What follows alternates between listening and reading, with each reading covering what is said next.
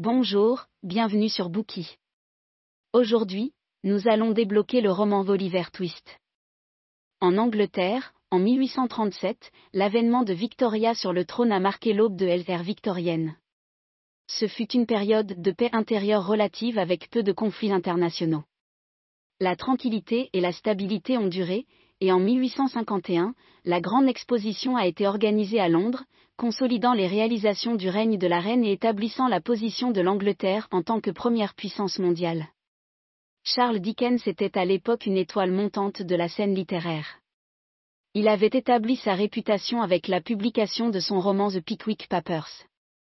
En cette année fondatrice de l'ère victorienne, 1837, Dickens a commencé à écrire un roman en série pour le magazine mensuel Bentley's Miscellany. La série de 2 ans est devenue plus tard son roman Oliver Twist. Ce livre raconte l'histoire d'un orphelin élevé dans un foyer de travail abusif qui s'échappe ensuite à Londres. Il s'appelle Olivier Twist. En ville, Oliver tombe par hasard sur un groupe de voleurs qui veulent l'utiliser comme complice. En leur compagnie, il subit de nombreuses épreuves. Enfin, de bons samaritains viennent à son aide et le sauvent, et Oliver découvre les véritables circonstances de sa naissance. Dans Oliver, Dickens a créé un protagoniste tragique mais généreux qui a gagné l'amour et la sympathie d'innombrables lecteurs. En racontant l'histoire d'Oliver, Dickens révèle également les ténèbres et les injustices courantes dans la société anglaise de l'époque, en particulier lorsqu'il s'agit de traiter les sous-classes. Bien que l'on se souvienne aujourd'hui de l'Angleterre victorienne comme d'un État puissant, les écrits de Dickens présentent l'époque comme, à parts égales, le bien et le mal. Sous le même soleil, les propriétés somptueuses des riches côtoient les bidonvilles crasseux des pauvres, et à tout moment, les gens honnêtes comme les misérables peuvent monter au ciel ou descendre aux portes de l'enfer. Dickens est né en 1812 dans la ville de Portsmouth au sud-est de l'Angleterre. Là, son père a travaillé comme commis mineur au Navy Pay Office. En 1823, la famille s'installe à Londres, mais leurs finances sont dans une situation désespérée. Toute la famille de 8 adultes et enfants vivait dans une petite cabane exiguë à Camden, un quartier du nord de Londres. Leur situation était si grave qu'au début de l'année suivante, le père de Dickens fut envoyé à la prison pour débiteur de Marshalsea, une punition de travail pour avoir dû de l'argent. La famille s'y est installée avec lui, mais pas Dickens. Il est resté à Londres. 2 semaines avant que son père ne soit emmené, Dickens était entré dans l'entrepôt Blacking de Warren près des escaliers Hungerford sur la Tamise. Là, il a été mis au travail comme enfant travailleur. Il travaillait 12 heures par jour, collant des étiquettes sur des bouteilles de cirage.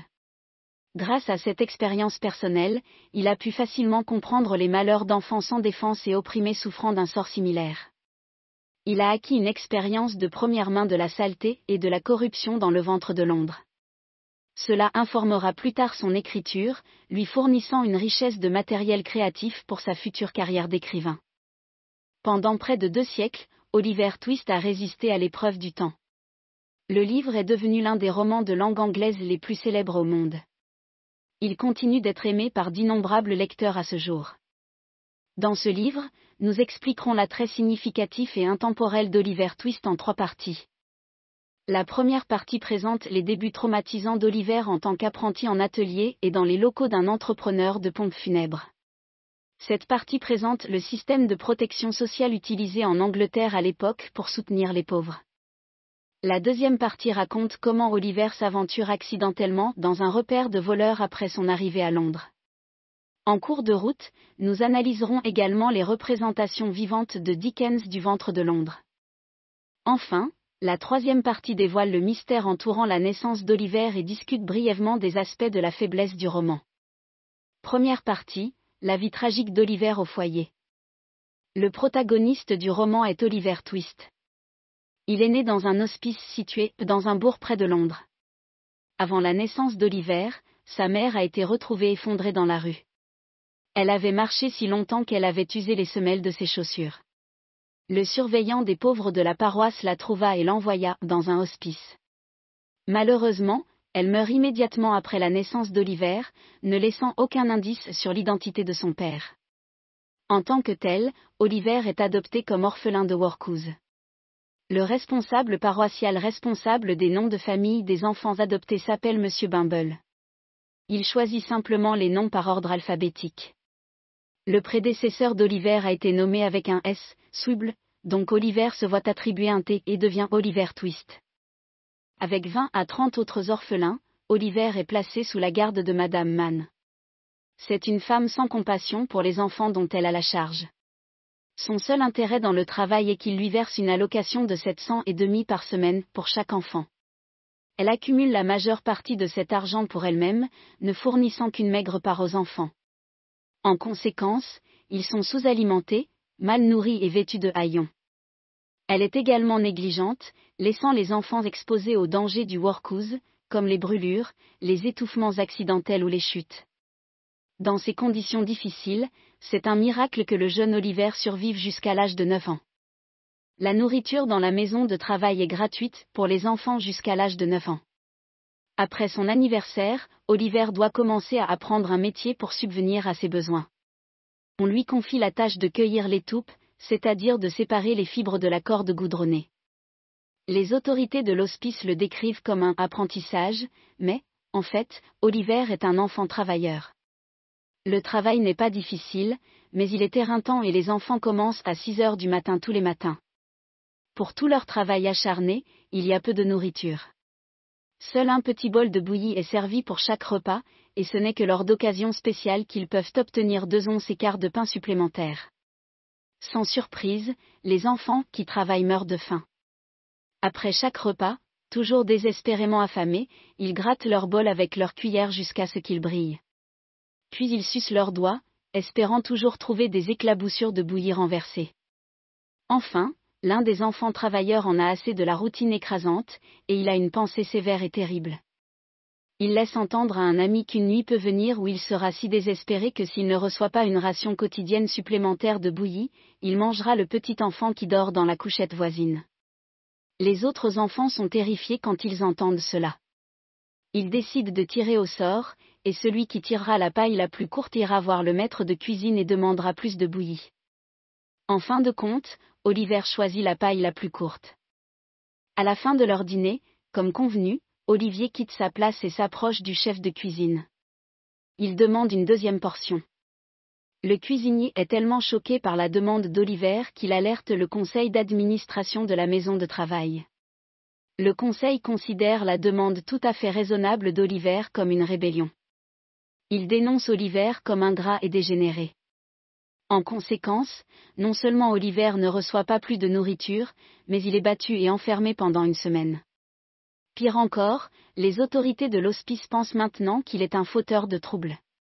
Ils décident de le renvoyer et affichent un avis offrant 5 livres sterling pour récompenser quiconque l'accueillera. Avec quelques rebondissements supplémentaires dans l'histoire, Oliver se retrouve avec Monsieur Sowerberry, un fabricant de cercueils et l'entrepreneur de pompes funèbres locales. Oliver devient son apprenti et l'association s'avère ne pas être meilleure que son expérience dans la maison de travail. Pour réduire ses coûts, Sowerberry ne fournit à Oliver que des restes périmés. Pour les dortoirs, Oliver se voit attribuer un espace exigu sous le comptoir du magasin. Et, pour aggraver les choses, Noah, un autre apprenti, prend plaisir à intimider Oliver. Environ un mois après l'arrivée d'Oliver aux pompes funèbres, Sowerberry constate qu'il est parfaitement adapté à l'activité funéraire.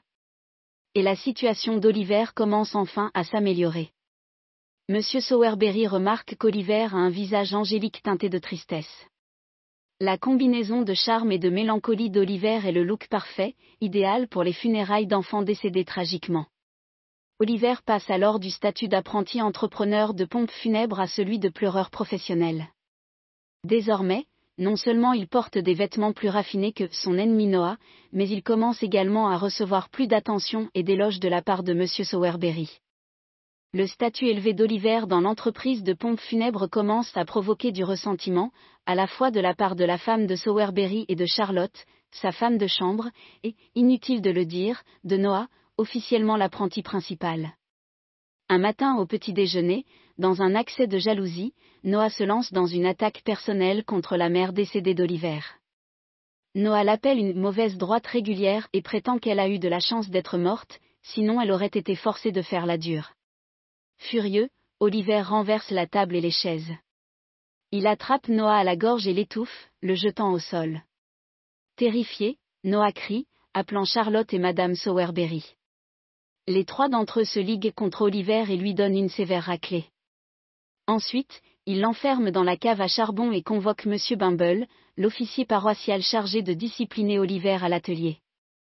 Après le retour de Monsieur Sowerberry à la maison, Noah ment sur ce qui s'est passé, soutenu par Madame Sowerberry et Charlotte. Il affirme qu'Oliver l'a attaqué et a tenté de le tuer. Lorsque Monsieur Bumble entend les accusations vicieuses, il traite Oliver de « sauvage » et Monsieur Sowerberry donne à Oliver une autre raclée sonore. Cette nuit-là, rongé par la rage et le chagrin, Oliver emballe quelques vêtements. À l'aube du lendemain, il se faufile hors de chez Monsieur Sowerberry et décide de se diriger vers Londres, à près de 70 miles de là où il se trouve. Avec seulement une croûte de pain et un sou pour les provisions, il ne peut pas se permettre de prendre un ascenseur ou d'acheter des fournitures, et en quelques jours, il a tellement faim qu'il peut à peine marcher. Cependant, il a de la chance lorsqu'un gentil percepteur et une vieille dame lui fournissent de la nourriture. La nourriture aide à restaurer la vigueur d'Oliver. Après 7 jours de route, Oliver arrive à Barnet, dans la banlieue de Londres. Là, il rencontre un adolescent en lambeaux nommé Jacques Dawkins. Dawkins se lie d'amitié avec Oliver et annonce qu'il est également connu sous le nom de l'Artful Dodger. Lorsqu'il apprend qu'Oliver marche depuis 7 jours sans se nourrir ni se reposer, il lui offre un festin et lui propose un logement. Fou de joie, Oliver suit Jacques dans les rues de Londres le soir même. Ce sont les expériences d'Oliver à la maison de travail et les pompes funèbres telles que Dickens les a racontées. À travers ses évocations des débuts de la jeune orpheline, Dickens a exposé l'hypocrisie des systèmes anglais de protection sociale et de charité à l'époque victorienne. Ensuite, nous examinerons ces systèmes sociaux de plus près et découvrirons leurs problèmes intrinsèques. L'introduction d'une nouvelle loi sur les pauvres a constitué une toile de fond importante pour la publication d'Oliver Twist. En 1601, la loi élisabéthaine sur les pauvres pour le soulagement de la pauvreté, connue sous le nom de All Poor Law, a été promulguée en Angleterre. La loi stipulait que les pauvres devaient être pris en charge par la paroisse locale, alors ils ont établi des maisons de travail à travers le pays pour aider et fournir un abri aux personnes dans le besoin.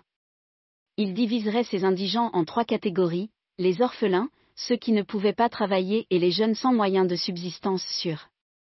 Grâce à la loi, les paroisses ont poursuivi la tradition de charité chrétienne, traditionnellement assurée par l'Église depuis le Moyen Âge. Elles considéraient l'aide aux nécessiteux comme un devoir sacré, et considéraient les pauvres comme des objets dignes de compassion et de secours plutôt que comme un fardeau pour la société.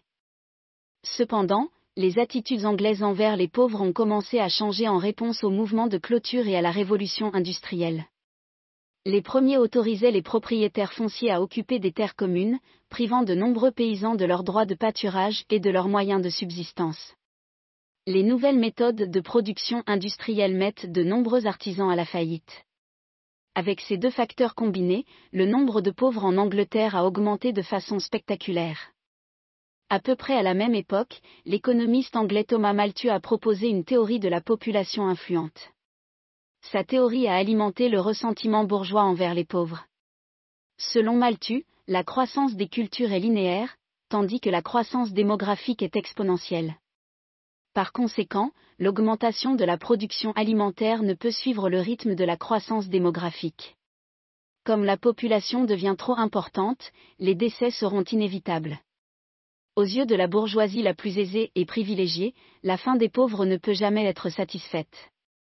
Quand ils gagnent ne serait-ce qu'un peu de confort, ils produisent des enfants, apportant simplement plus de bouches à nourrir à cette société.